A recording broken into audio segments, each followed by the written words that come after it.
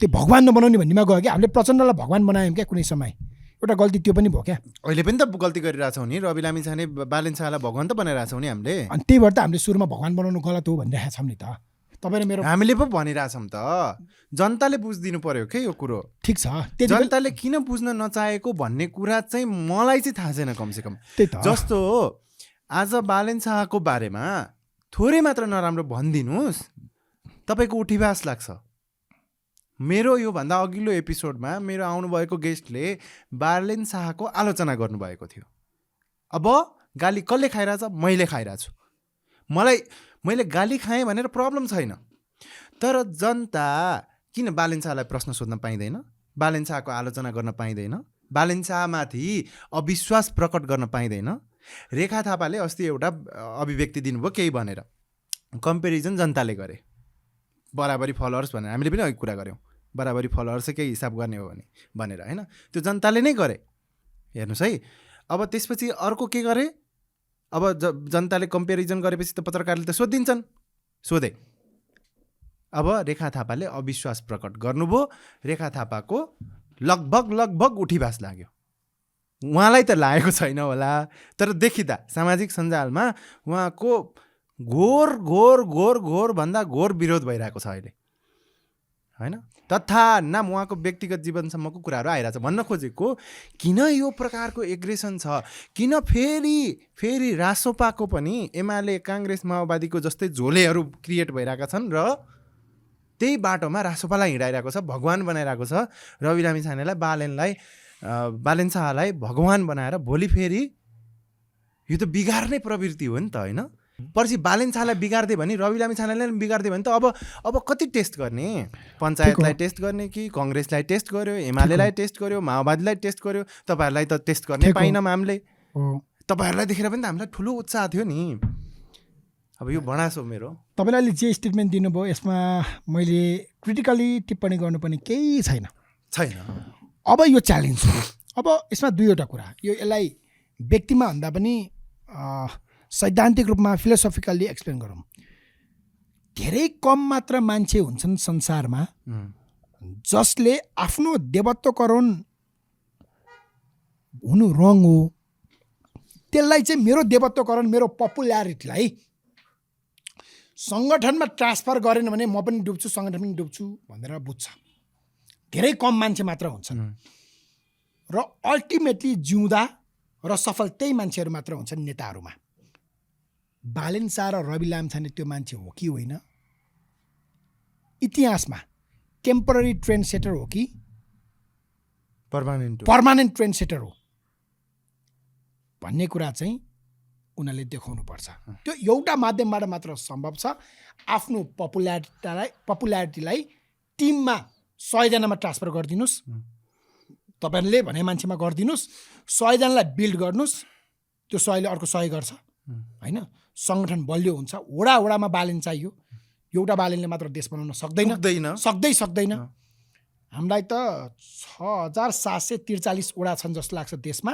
Minimum त्यति बालेन चाहियो, minimum, अनि मात्र देश बन्छ। यो कुरा बालेनले बुझ्नुपर्छ। चमत्कार एउटा बालेनले मात्र गर्छ भनेर दर्शकले, नागरिकले सोच्छन् भने पनि त्यो उनीहरूको फल्ट हो, गल्ती हो। बालेनले सोच्छन् भने त झन् धेरै ठुलो गल्ती हो। मैले जति मैले जति बालेन चिनेको छु, अब मैले लास्ट टाइम उनलाई भेट्दाखेरि उनले बोलेकै एउटा लाइन मान्छेले बुझि नै राखेको छैनन्। उनले बोले लाइन है यो, म एउटाले देश बनाउने होइन नि। 165 जना उम्मेदवार त चाहियो नि त। देश त 165 प्रत्यक्ष उम्मेदवार होइन, 165 जना मान्छे चाहियो मलाई। मिलेर देश बनाउने हो, म एक्लैले बनाउने होइन भनेर भन्थे। कति आत्माबाट भन्या हुन्, कति भन्नलाई भन्या हुन्। मैले त आत्माबाट भन्या भनेर बुझ्छु। आत्माबाट भन्या हो भने बालेन शाह बबाल नेता बन्नेवाला छन्। मेरो पुस्ताको कम्पेयर गर्नु राम्रो होइन, बिपी मदन भण्डारी भन्दा ठुलो नेता बन्नेवाला छन्।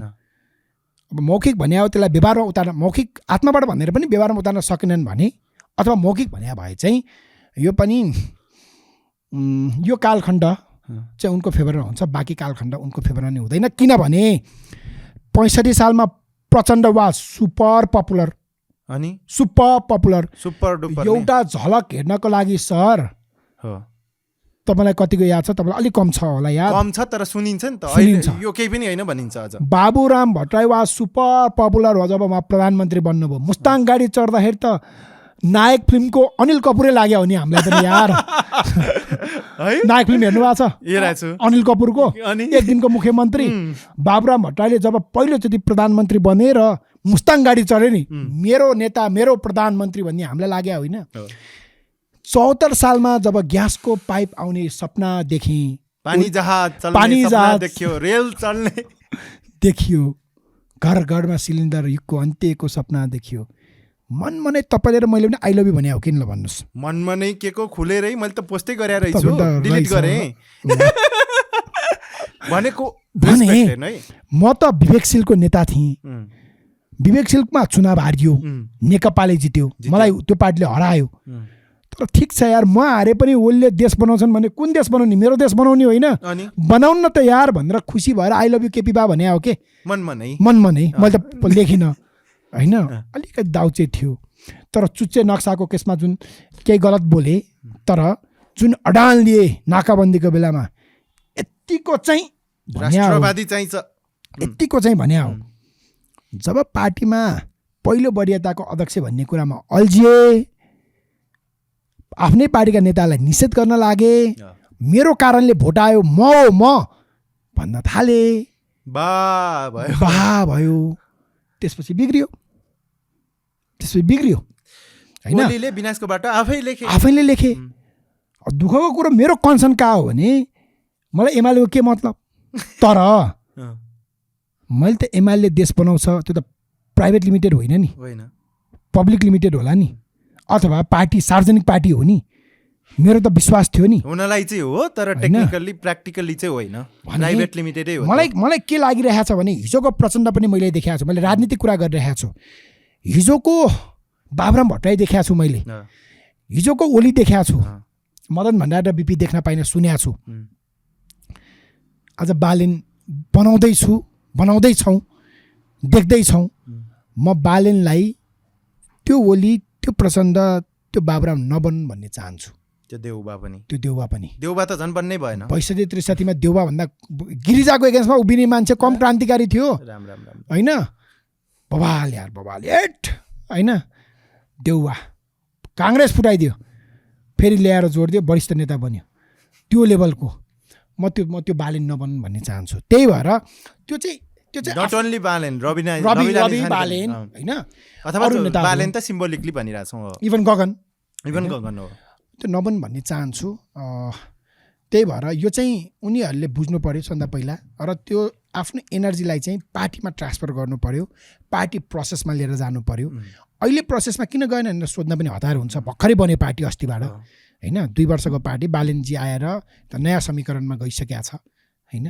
मलाई लाग्छ टाइमली महाधिवेशन गर्ने, पार्टीमा छलफल गर्ने, नेताहरू आफूलाई सर्वे नसोच्ने। किनभने प्रचण्डभन्दा ठुलो सर्वे सर्वा, ओलीभन्दा ठुलो सर्वे सर्वा, बाबुरामभन्दा ठुलो, बाबुराम त सर्वे सर्वा भन्न मिल्दैन, ओली र प्रचण्डलाई भन्न मिल्छ। त्योभन्दा ठुलो सर्वे सर्वा यो देशमा लोकतान्त्रिक पार्टीमा सम्भवै छैन। कम्युनिस्ट पार्टीमा त भएन भनेपछि लोकतान्त्रिक पार्टीमा त सम्भव छैन। त्यही भएर मेरो शुभेच्छा चाहना मात्र होइन, म त्यो नबन्नको लागि मेरो तर्फबाट जे भूमिका आन्तरिक रूपमा खेल्न सकिन्छ, यो आन्दोलनमै भएको भएर म त्यो खेल्नेछु। र त्यो आफ्नो अनुभव पनि सेयर गरेर म साथीहरूलाई त्यो डिरेक्सनमा नजानको लागि भूमिका खेल्छु। र मलाई विश्वास छ जाँदैनन्, त्यो हुँदैन।